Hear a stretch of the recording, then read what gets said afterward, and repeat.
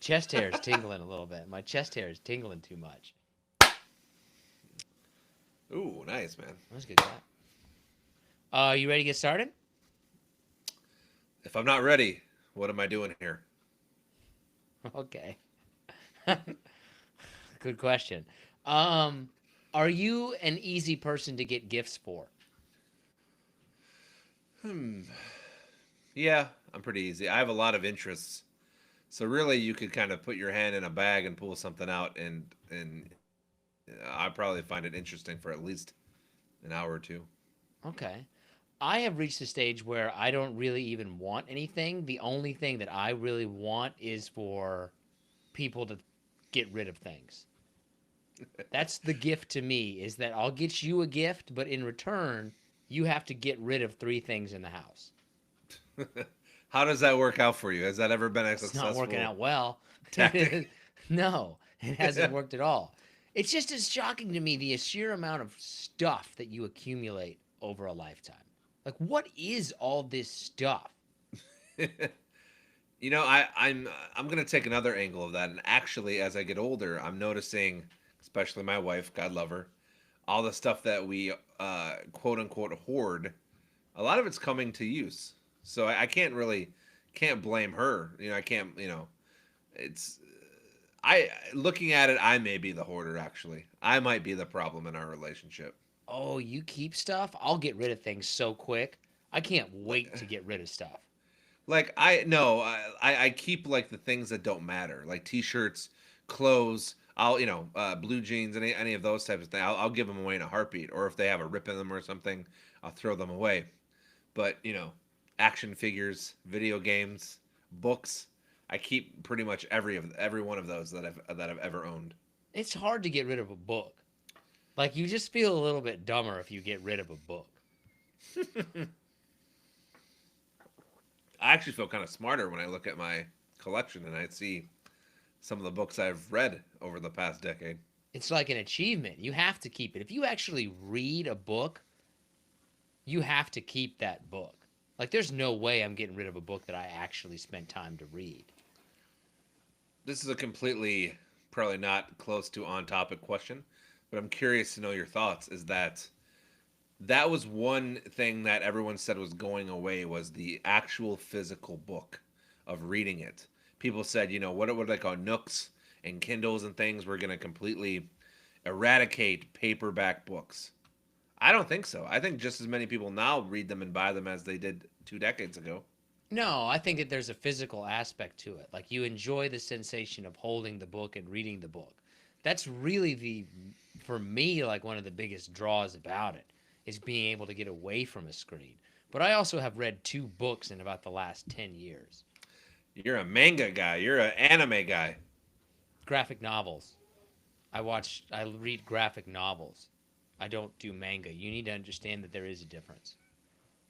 I know. I think we've had experts on that have explained it, and I still don't truly understand the difference. Manga goes right to left. Graphic novels Okay. go left to right. Great. Cheers. Okay, all right, Scrooge. Let's just move on to shout outs then, since you don't want to have anything to do with Christmas spirit. That was it? That was all today? Okay. That was All it. right. All right. Well, I do have some shout outs for some very lucky people.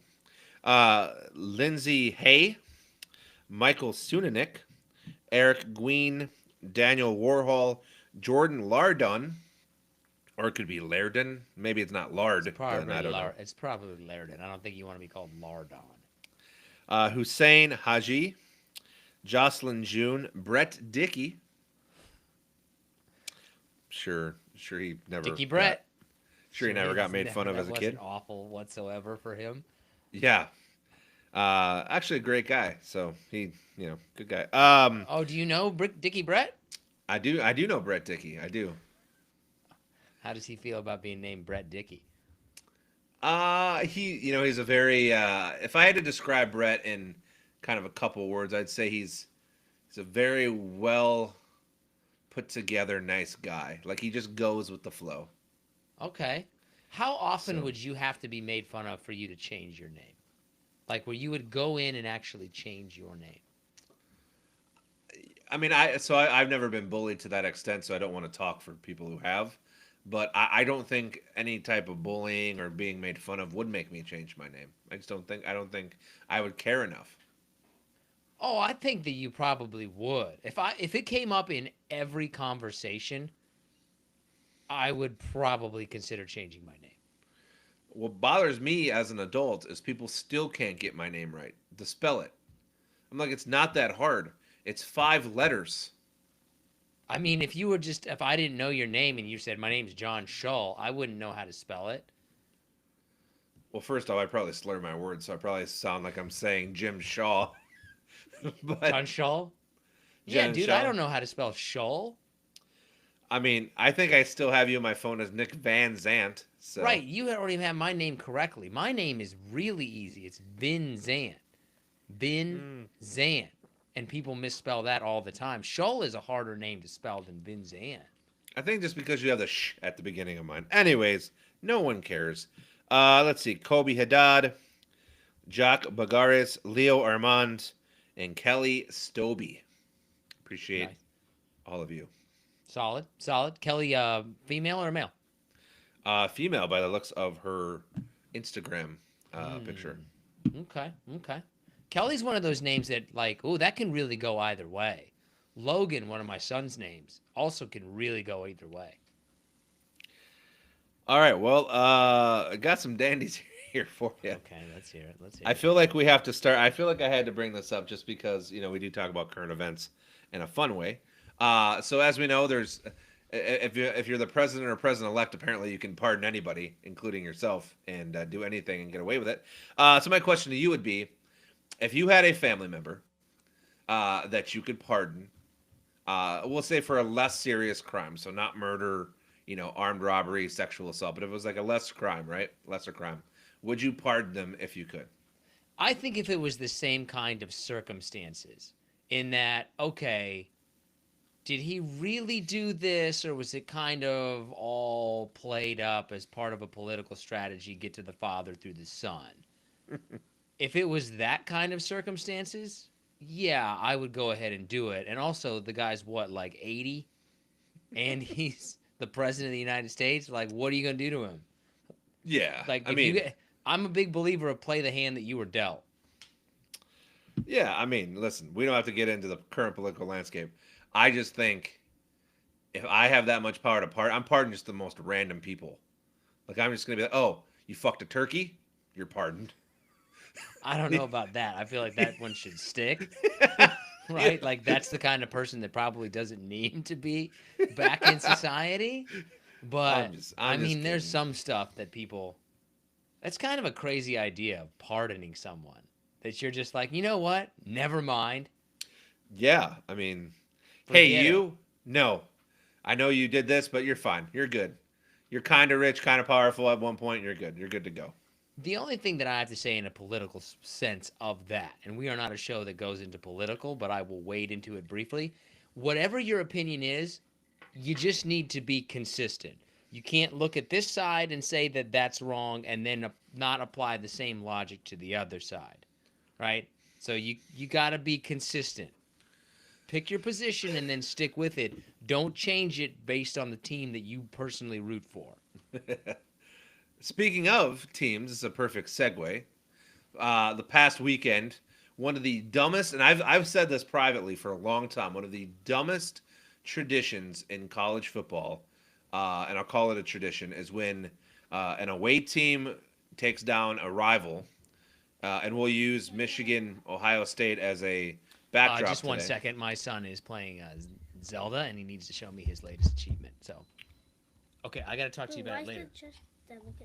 This is very important. Okay, Good. Logan. Oh, you got the Hylian trousers. No, I got this. Okay. Oh, the champions thing. All right, go play. Just for you that can't see this, this is amazing. Hopefully you are watching live on YouTube right now. He had a big accomplishment, man. I know.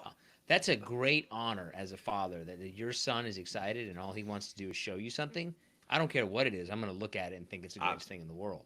I'm with you. I'm more power to you. You're a great dad. Good for you. Oh, thank you. Okay, finish your Anyways, thing here.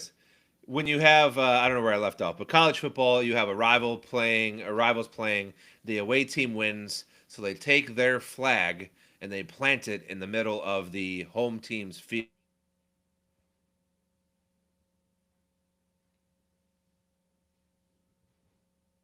Last weekend of college football is rivalry weekend usually, and it happened between Michigan and Ohio State, and then there was a fight broke out, and then somehow in the fight, some Ohio State troopers got some mace and started macing everybody because they were So freaked out. And that wasn't the only college. I mean, it happens. I think it's so. I'm going to go on another 10-second rant. I think it's stupid. I think students should not be allowed on any kind of playing surface in college sports, basketballs, arenas, college, football stadiums. It should be banned. Everything should be banned in terms of flag planting, goalpost uprooting. Like it's too much. Like I completely disagree. I think that everybody should have to reap what they sow. I think everybody should have to reap what they sow. And I think all these announcers, like, oh my God, there's a fight. Oh, they're fighting on the field. How terrible. After they just spent the last however many hours slamming their heads into each other, now it's somehow terrible because they're getting into a fight. I just think all of this is the most hypocritical thing in the world. That, like, oh no, let's get all these people together. Let's give them a bunch of beer. Let's encourage them to be all rah, rah, rah, support their team. And then just when it's over, like, we should just be able to wipe our hands with it. And, oh my gosh, this is so terrible, right? Like, it's okay to get everybody all riled up, but then when the consequences come, suddenly everybody's so up against it. You I mean don't get one without the other. that's not a bad that's not a bad way to put it or a way to look at it. I don't know. It just bothers me. It bothered me before Michigan Ohio State. It's always kind of like Vanderbilt beat somebody this year, so they drag the goalpost 2 miles into a river outside of Nashville or in Nashville. Like it's excessive. I mean, excessive sportsmanship sometimes goes too far. Oh, I think people go too far, but I just think that the sport, the powers that be, so to speak, whether that's the teams themselves, the announcers, the broadcasters, whoever you want to put in there, they completely encourage everybody to support their team, to tune in, to watch this violent game. And then when it turns around on them, suddenly they're clutching their pearls. Like, it's one or the other. You don't get to have both. I can't believe people acted like people. How awful this is. And I at mean, the same time, all the players are like 19 to 22-year-old kids. yeah, I mean that's the thing. It's the kids that truly are the ones that get screwed out of. I mean, anyways, the ones that get maced. All right, and I'd like to talk to that state trooper that just started spraying mace everywhere because he thought one of the players was getting murdered on the field. Like, Well, yeah, I mean, if he thought a player was getting murdered, I would probably encourage I him don't, to spray mace at the same time, right? Like, I oh, don't. that's getting out of hand, and those aren't exactly the kind of people you're going to win in a fight easily with. Like, I feel bad for those police officers that have to go out there and you're like, you want me to do what? You want me to hold on? I'm the person that's supposed to separate these 300-pound giant people from these other 300-pound giant people, and it's just me. Everybody's getting maced. I'm not even like waiting. I'm just walking onto the field macing anybody I can see because you're gonna lose just that. you're just walking. People are being cordial, and you're just spraying them in the face. If somebody had a press conference and they're like, Officer Statenko, why did you mace everyone? And be like, well, it was the Ohio State football team. I'd be like, oh, okay. All right. Well, that makes sense. Yeah, that would fly great because it's flown so well. All right. This just caught my eye because you know how much of a Dwayne Johnson fan I am. Mm-hmm. Mm-hmm. Apparently, he is wearing a bodysuit for the live-action Moana film, and Okay. it got me thinking. Wait, is this one or is this the next one? Is this the film that's currently out or the film that's No, coming up? this is a live-action, not a what do they call it? Animated movie. This is a live. Animation. Yeah. But it just got me to think, like, if that guy needs a suit, like a muscle suit, a body suit, we're all fucked. Like, it's all over. Right. Imagine how much roids he would have to take to get to that point. He's never done roids. Oh, right. Right. Right. That's what I like. It's just one of those things. Like everybody's gonna lie to you, and then get mad when suddenly you call them out about telling the truth. Like, I oh mean, no, I can't believe these players are fighting after we got them all hyped up, told them the other team is the enemy and to attack them, and that this game, their reputation was on the line. But no, now they're in a fight. Clutching your pearls. here's Clutching your something. pearls. Here's something. I don't know. Yeah, I dabble in social media from time to time, as we all do.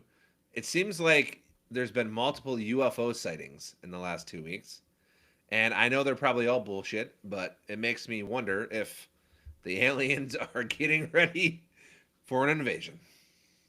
I think it tells you, I think that this is a sign of how stressed out and stretched to the limits our society has become here in the United States. Like people are losing their minds. Like Yeah. people are going off the deep end and we're in for it. I think We're in for it.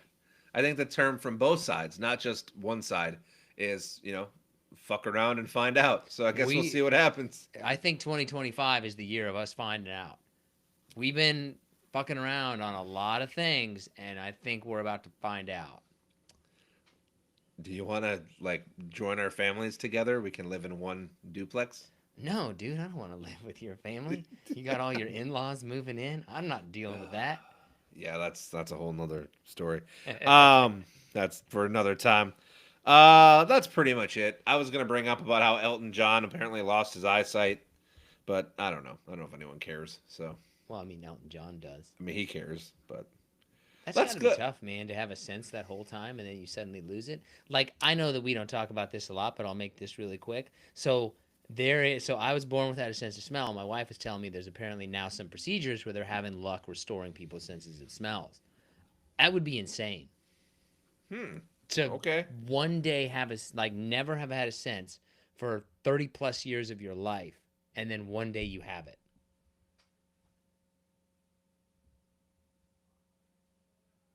Oh, well, John's gone. Oh, he's back. No, I think it went to my AirPods and I can't. Oh no, you got to switch it. I won't let me switch it.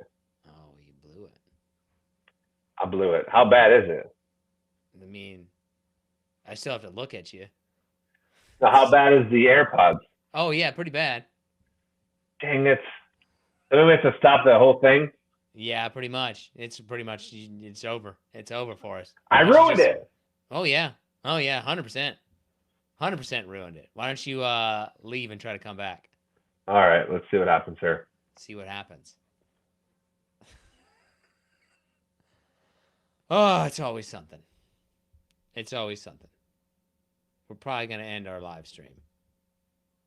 Oh, we have an excellent connection, though. That's good. See if John comes back. Hey, you're back. I'm back. Are we still recording? Yeah, still working. Keep Look it at going. that. Look at that. Right? If it ain't Broke, don't fix it. don't fix it. Like Although my you grandpa once said, just because that trout swims upstream doesn't mean that orange is going to taste any better. All right. I do love old-timey sayings that when you think about them, they make no sense. Like, if Oh, it ain't broke, don't fix it. Well, if you don't fix it, it's going to break. all I really do is just that's probably 80% of my language now is just saying things that nobody understands. Oh, I think that's a natural. I think that is a natural part of the aging process. Is that you reach an age where you can't really communicate and no one knows what you're talking about. Like, I'll be in meetings and they'll call on me to talk about what was just talked about, and I'll say, man, that sky sure is pretty, but that thunderstorm sure is dark. Right. Nobody knows. That's why I just say things like, ain't that the truth? That's my go-to line for anything when I don't really know what to do. I just say, ain't that the truth? And then kind of walk away from the conversation. I've been saying, for some reason, it's only Monday, but for some reason today my saying was buttered biscuits. Buttered biscuits all day. Oh, that's it? You just said buttered biscuits? Just There's buttered- no follow-up? Just buttered He needs biscuits. to have something. Well, you know what they say, buttered biscuits. Hey, butter biscuits taste good, except when you're knee deep in it. Anyways, are Smoke we? them if you got them. That's one of my favorite ones. Smoke them if you got them. Speaking of, are we ready? Is it that time?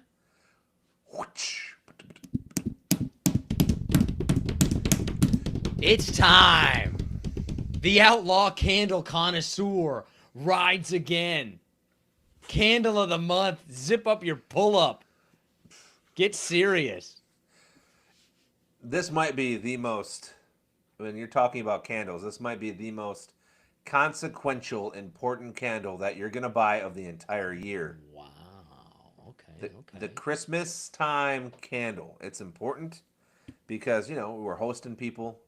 You want your house to smell good. It's getting cold in most parts of the country or world, unless you're, of course, like in Australia. So, anyways, You have no idea what time. Like, do you have any idea about like the other side of the world? Like what season it is? no, not It's. at I all. know it's summer somewhere, but I have no idea. Not a Maybe clue. think it's summer in South America. Like I don't know, Africa, south of the equator. I don't know. Southern Hemisphere, I assume. Yeah. Anyways, so the candle of the month this month, probably a top 3 candle for me of all time. Ooh, bold. Has a great name. It's over at Bath and Body Works. It's on sale right now. Go check it out. Get the 3-wick. It's going to cost you about $17 plus shipping. It's only there for the winter, and it's called The Perfect Christmas. Whoa.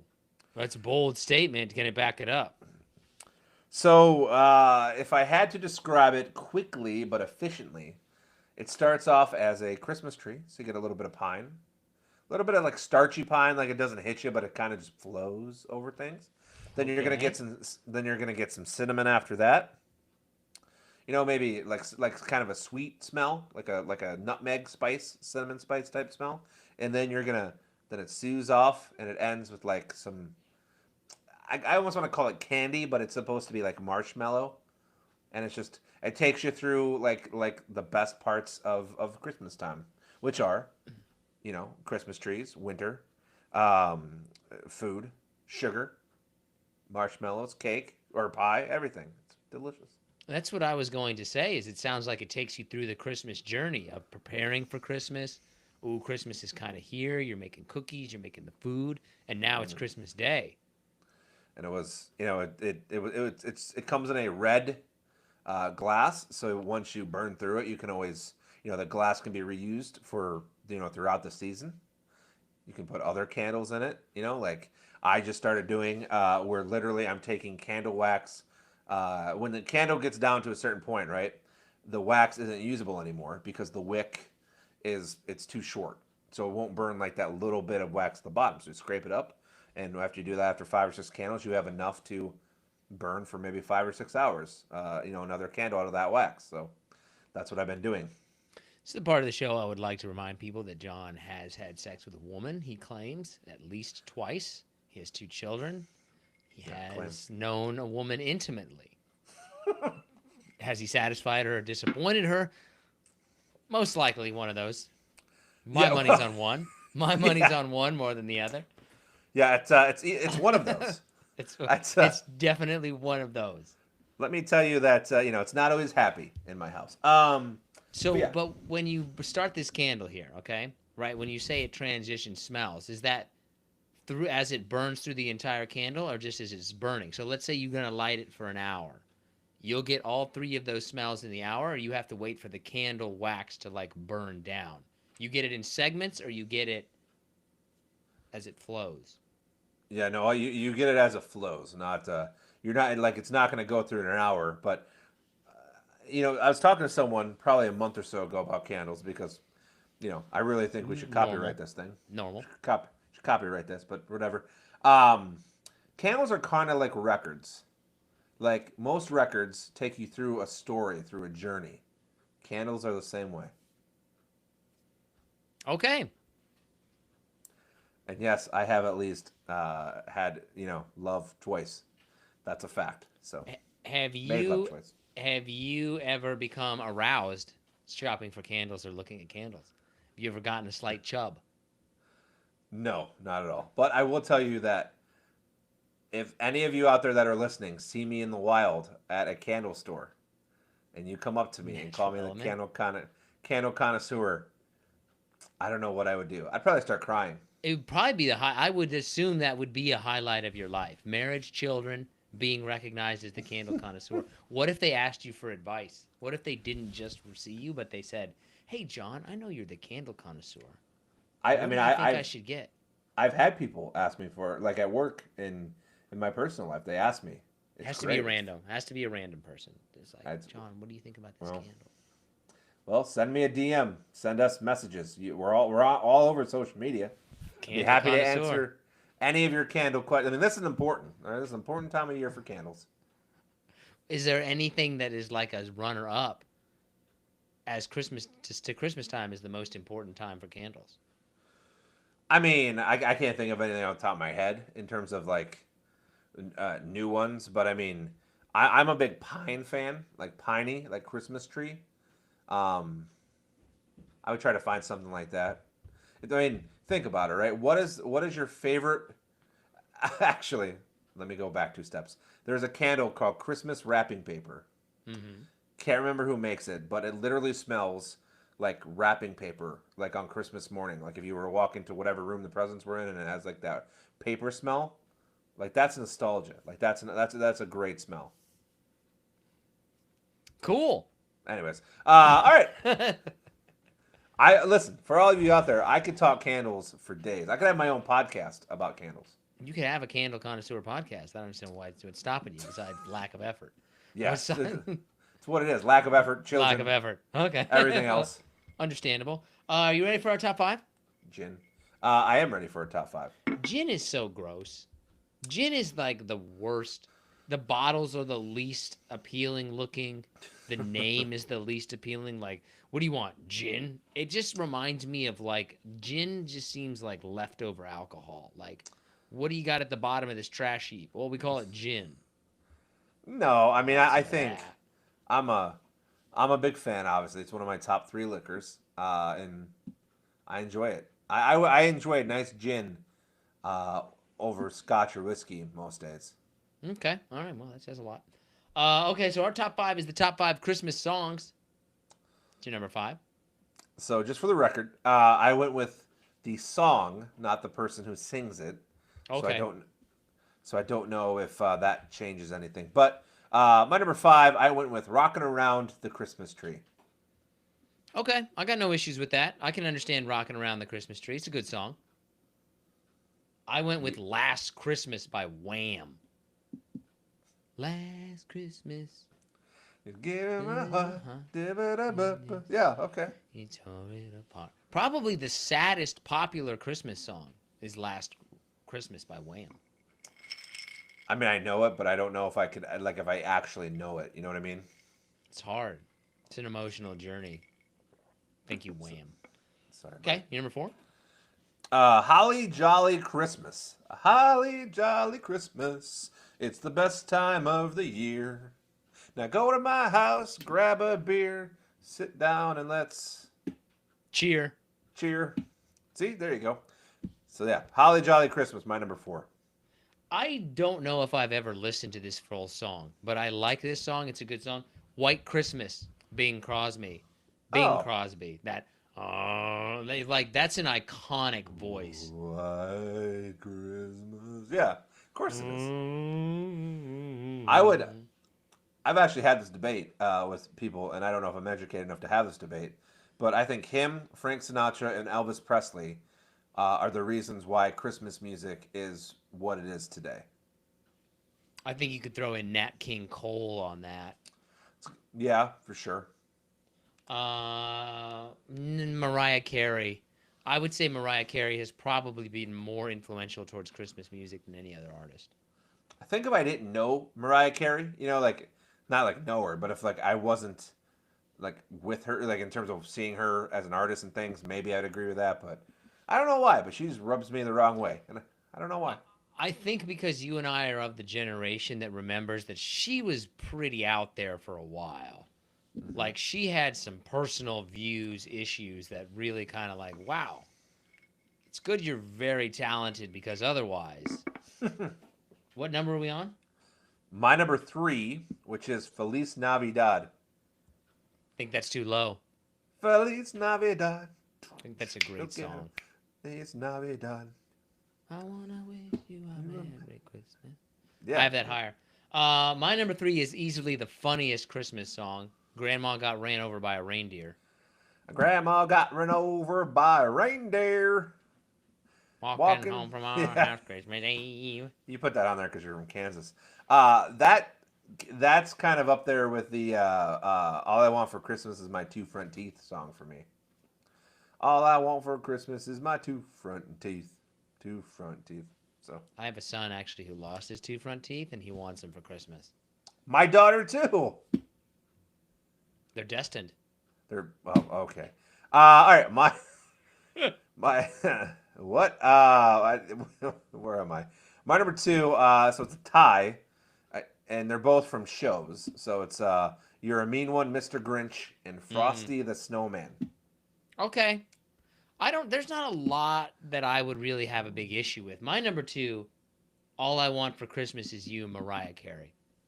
All I want. I left that off. That should be on the list probably, but I left it off because, like I said, not a big fan. She can sing. Christmas is her time. She owns Christmas. It's hers. It's hers. What's your number 1 then? Let it snow, let it snow, let it snow. I don't even have that on the list. It's just, I mean, it's a classic. It's just, and it's, if you know that, what I just sang or said, you know the song. And everyone knows that quick verse. My number 1 is Feliz Navidad. I think that's the best Christmas song. It's the most uplifting Christmas song. Yeah, I mean, it's globally, it's probably one of the most popular as well, if not the most popular. Yeah, I bet it's up there. It might be like the number 1 overall globally. Feliz Navidad.